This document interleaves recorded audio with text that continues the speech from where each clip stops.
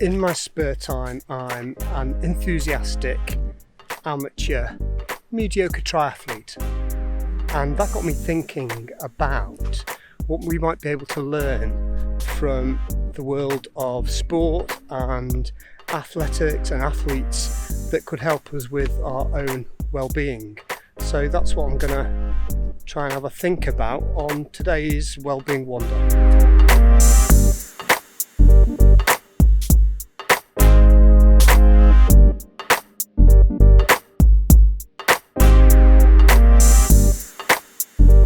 I've been training quite hard recently. Lockdown's given me the chance to put some real time and effort into training, to pretend I'm a professional athlete.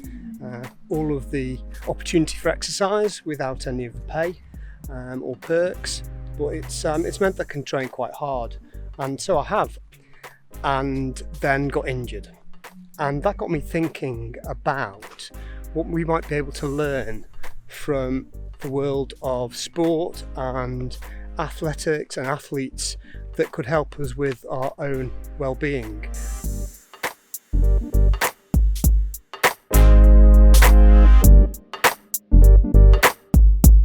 I'm kind of loath to use a sporting analogy because I often think that they don't really apply to other parts of our lives necessarily, or maybe it's just that they're sometimes clumsily applied and the lessons don't really translate, but I'm going to try anyway.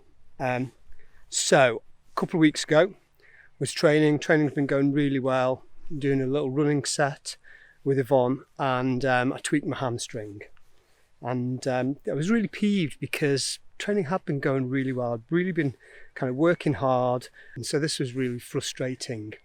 But then when I had a look at the training that I've been doing, what I hadn't done was pay attention to resting and recovering. I'd just trained, I'd just got on my bike, trained really hard, gone out running, trained really hard, and hadn't really thought about when I was going to recover. I know that you can't just train at 100 miles an hour. You can't put the revs into red all the time and expect to just continue to train without any consequences, and yet that's what I did. Is it easy to forget that we can't live our life or do our work with the revs in red all the time, and that we need as well to slow down and to rest and to recover? So I wondered what we could learn from training, from doing training properly, from athletic training properly, from triathlon training properly, what we could learn in well-being. And I think there's a couple of things. Well, I think there's actually loads, but I'm just going to talk about a couple of things today on this wander.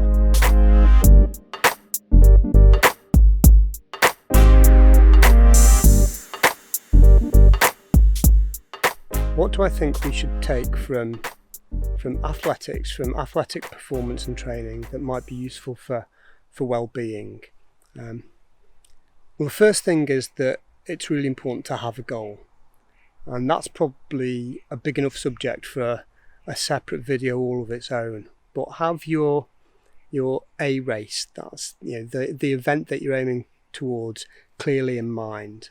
Having your goal, whatever that is, in mind will help you then to plan kind of what you need to do and what intense work you might need to do, and so what less intense work you can also do between now and that day. So that'd be your first cycle that you'd work with, a big macro cycle from today to your planned event, to your target. So I think that's one thing, is have an idea of what's the target and what the overall journey will be from now till that event. Then the next bit is the blocks that make up that journey from here to there. And you can think of them as maybe like monthly or 6 weekly kind of cycles, training blocks, which aren't straight lines for athletes. They don't just go from where they are now, train, event. It doesn't go like that at all, because if you try and do that from now, train, event, you go train, break, which is kind of what happened to me in a little way. So what they do instead is they structure their training so that it has intensity but also rest. So you'll 4, 5, 6 weekly block will be intense, rest. And the rest brings you back down a little bit, lets you recover, but gets you ready for the next training block, which might be even more intense, and we'll have a rest. And the next training block, which might be even more intense, and we'll have a rest. And the rest is really important, because the rest allows the body to take on all that training, to recover, to repair itself, to be ready to really push for the next intense session. So it's really, really important. And then we can even break it down further into, say, weekly cycles. So within that training block that might be a 4 or 5 or 6 week block, each week will have days that have different intensity, and during the week that intensity will build. And then you'll have to plan in some rest and recovery so that you can repair and be ready to train again the next day. And one of the things that I've learned is that it's not just the training you're doing today, it's also being able to train the day after. Because if you wreck yourself today and aren't able to train well the next day, well, actually, overall, your training isn't anything like as effective as it could be. And in any day, we don't train all day either. We'll have a training session during the day, or a couple of training sessions during the day, and then other things as well. So our intensity levels vary even during the day. So what I think we could take for well-being from this is being much more intentional about rest and recovery, and getting ready for our high intensity work, for our intense work that's going to come, and planning that in. Because I think that we don't pay enough attention to that at all. I think we kind of expect to be able to work with the needle on red, with the revs up in the red zone all the time. That's kind of what's asked of us often. Get into work, do, finish work, and we have to grab a glass of wine to recover, or just completely collapse. Yet I think we probably could work even more effectively if we plan in our rest and recovery, and realise that actually it's going to be a cycle. It's going to be, there's going to be periods that are high intensity, but to be able to work at a high intensity, we also need to plan in the less intense periods. So what can we take from the way athletes train and the way they structure their training that'd be useful for well-being? The things that really stuck in my head over the last few days while I've been thinking about this have been how they structure these cycles and how intentional they are about what they do with the rest periods. Because it's not just an absence of activity, as I've probably said a million times already.